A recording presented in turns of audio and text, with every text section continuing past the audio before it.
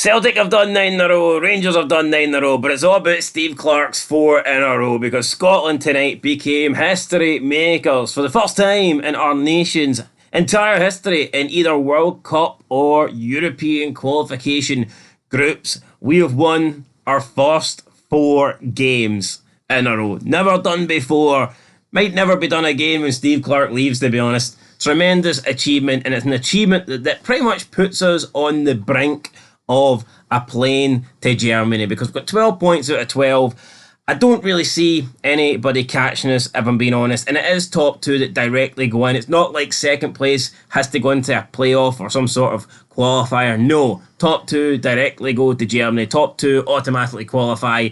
And it would take a minor miracle. It would almost take Steve Clarke to drop dead and for him to be replaced by Craig Levein and his 6-4-0 patter. Or 4-6-0, whatever it was. 6-4-6-4-0? Look, it was nobody up front. That's all you need to know. It would take that. Although, to be fair, when Craig Levein had Chris Uluemo to play up front, can we actually blame him for going 0? I don't blame him, but you know what? 4 draws would do. Anyway, the point is, look, this is ours to throw away. I mean, realistically, looking at the remaining fixtures, there's a chance that we could forfeit the last 4 games and still get top 2. So therefore, if we actually turn up and try in the last 4 games, there should be no way that we don't. I think one win.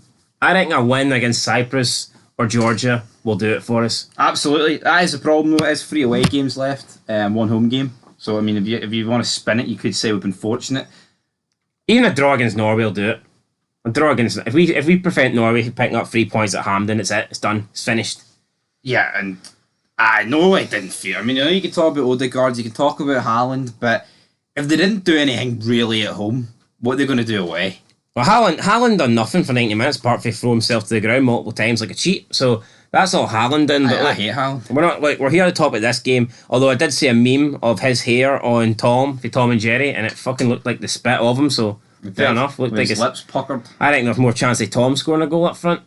Would be. Right. Who's Jerry though? If he's Tom, I think Jerry could be. Well, Jerry's got a bit of a. Jerry's Ryan Porteous, man. Nah, Jerry's got a big fat ass. I'd say it's John McGinn. John McGinn, number 7, John. John McGinn, right. Speaking of John McGinn, I mean, who was the standout player for Scotland tonight? I don't know. I feel like everyone played okay without playing great, but the rain obviously had an impact on that. So you've got Callum McGregor with the goal, 6 minutes in. I think we're a bit fortunate to score. Waterlogged pitch, kind of just laid the ball up perfectly for him. He took his chance, he took his opportunity. We went 1-0 up, and then the referee decided, you know what, let's end the game here and give Scotland 3 points. And I agreed with that decision, but that's not exactly how it went down. Nope, it's not how it went down because we then sat for 100 minutes. I believe it might have been more like 103 minutes, which I think is a disgrace. I don't see what was the point of this. Well, I see what the point was. Obviously, let the pitch dry out a bit and clear it, but it was cleared after about 25 minutes, 30 minutes, and then Georgia literally refused to come out. And only because they were 1-0 down. That's the only explanation I've got. They shat it. They may as well have got the nails and board and board it up the locker room. Yeah, exactly. They lost their smile. You'd have thought it was William Wallace out in the fucking pitches waiting for them. Instead it was Andy Robertson, the guy who deletes his Twitter when anything goes fucking wrong, so I don't understand. How can you be afraid of that? I know, but you know what? Let's be real, if Georgia were 1-0 up, right, I'm not saying our players would have hid in the dressing rooms, we would have been like, this game shouldn't have went ahead, blah, blah, blah, fuck this, what's this about? Disgrace for UEFA. Yeah, I mean, if Georgia were 1-0 up, they'd have been sprinting it there. If Georgia were winning 1-0, they would have ran out there like there was a million cars to wash, but no, there wasn't. The only thing that got washed and rinsed tonight was them. They came back out into the pitch. You could argue the pitch. Ah, well, the pitch was nice and it was like diluted. The pitch got diluted tonight. The grass should be growing for a long time. Probably the worst I've seen a pitch. Although I feel like these pitches can handle it well. If this happened on a plastic pitch, I'm not quite sure. How's it work with plastic? I think it would be easy to get off. It would be easier. Well, actually, do not say that's only. I don't know. Can the waterlogged pitches? No, they're all weather pitches. You donut. Are they? Plastic pitches. Yeah. That's Think of it. See, with grass, it like absorbs it, kinda. With plastic, it's just like a sheet of water. It would be so easy. That's to what I mean. off. Can you not argue if it's too wet to play? Dangerous? Or you think it's easier to get rid of the water? No, but they're all weather pitches. That's the thing. Alright, okay. These aren't real. Well, these technically are all weather pitches, but I think plastic would be better. The only thing with plastic is they do get frozen. So these are all weather pitches as long as you're willing to wait an hour and a half for them to fucking dry up. It didn't need to be an hour and a half though. The problem is you've got 6 people with brooms instead of like I don't know, 600? Yeah, we had these like wedges out, like using these like it looked like window cleaners. It was like window cleaner wedges, but a lot bigger. What was it wedges, wedges? Wedges, brooms, The window wipers or whatever it was. So you had people using the real McCoys, but then you'd other people coming out using broomsticks, and it's like, what are they doing? Are they witches or something? They were using like brooms to try and get the water off the pitch, and just nothing was happening. I know, but if you look at these images, man, you can see why it was initially.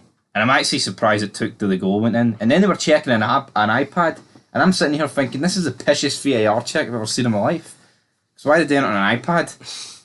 Yeah, but they weren't checking it. They were seeing if the game could be played or not. Anyway, let's talk about when the game did get restarted. Yeah, let's talk about it.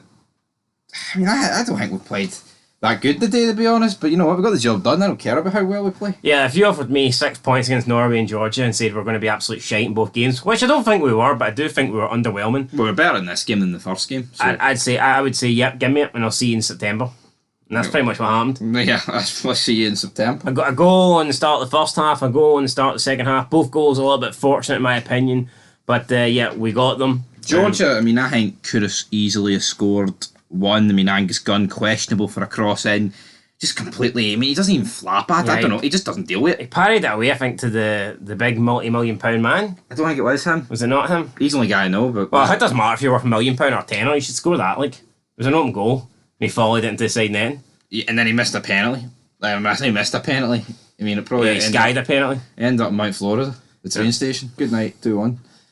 Ended up in the waterlogged car park, so that's it. Georgia's night didn't go well for them. But our night went fantastic. But you know what? See Georgia, you would have thought they would have played way worse than this, and we've ended their undefeated streak. But you can see they're a good team.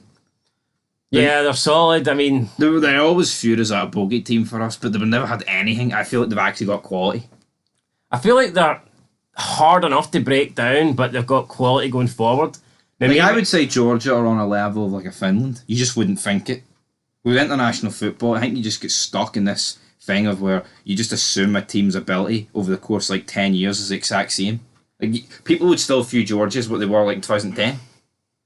They're still beating us in 2010. Like. They aren't beating us now though. No, but I think you get one of those teams I think of. I think Luxembourg are a team that people assume are absolute shite.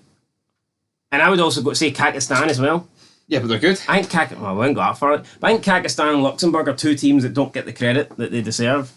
Yeah, I think some people view them as like San Marino, Andorra. Aye, a wee bit. Malta, Gibraltar. Yeah, I mean, there's different levels. Same like Kosovo, but they're good. I've got to be honest, some of these wee teams have improved a lot over the last decade or whatever, so fair play to them. But yeah, Georgia didn't improve enough tonight to beat us, that's what matters. Could they finish second? Or did they need to beat us? I mean, they are second right now. And they've played one game less than us. They could.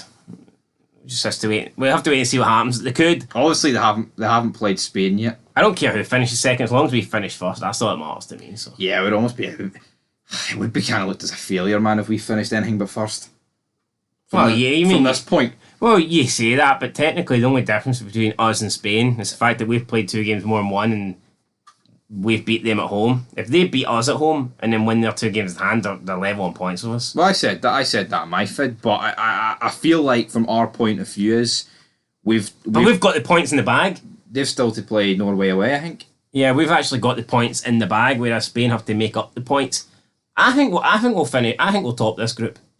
I can see Spain dropping points against somebody else in this. Yeah, but look at Georgia. It's very hard to break down. Spain don't really have any sort of attacking options. Like, they love to pass it, so I could see 0-0s there. Alright, well, they didn't break us down, that's for sure. No, they didn't, and that's the reason the pitch was flooded. It was still Rodri's tears hanging over from March. Fuck him. He won the Champions League, though. That did piss me off a wee bit.